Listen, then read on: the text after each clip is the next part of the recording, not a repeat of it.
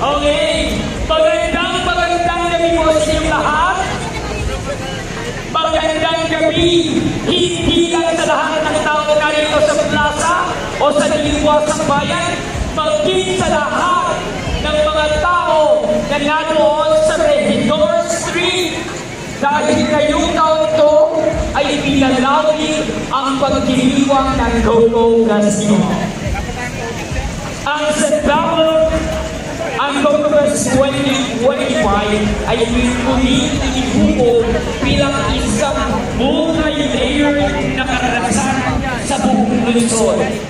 Naglalaan ito ng banal na espasyo para sa debosyon kay San Pablo, ang unang ermita nito.